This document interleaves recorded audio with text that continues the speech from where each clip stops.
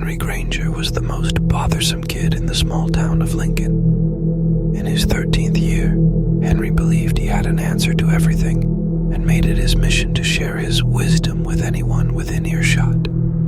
Even Mrs. Miller, his schoolteacher, who had infinite patience for all her students, found Henry challenging. One day after school, Mrs. Miller called Henry to her desk.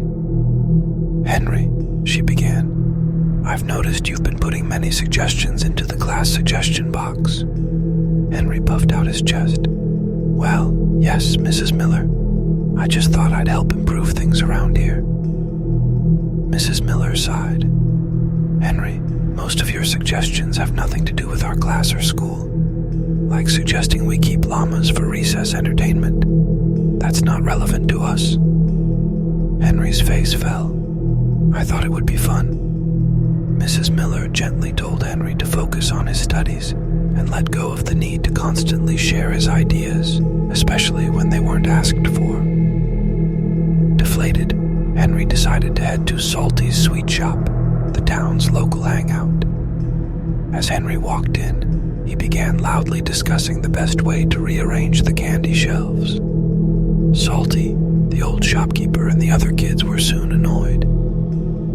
"Maybe you should go find some other place to hang, Henry," Salty suggested. Just as Henry was about to retort, Old Man Jenkins, often dismissed as the town's eccentric, signaled Henry over.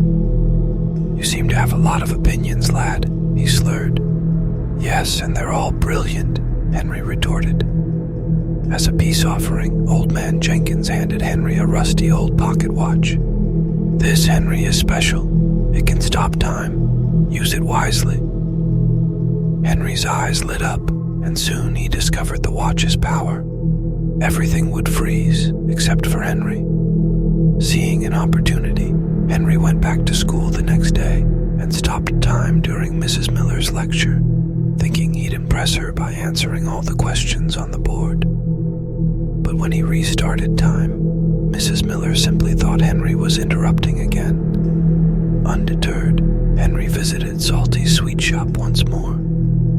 He tried to demonstrate the watch's power by stopping time and rearranging the candy shelves. But when he restarted time, Salty just thought Henry had made a mess. In a fit of frustration, Henry thought he'd play a trick on the local library, freezing time to rearrange things inside, just for fun. But as he entered the library and tried to pause time, he fumbled and dropped the watch. It shattered on the cold marble floor, and when Henry looked up, the world remained eerily still. The once wondrous power of the watch had now turned into Henry's worst nightmare. He had no help and no way to fix it. Frozen in a silent world, Henry wandered the streets, passing unmoving faces, his shouts echoing in the dead stillness. The boy who once loved to be the center of attention now desperately wished for someone, anyone, to notice him again.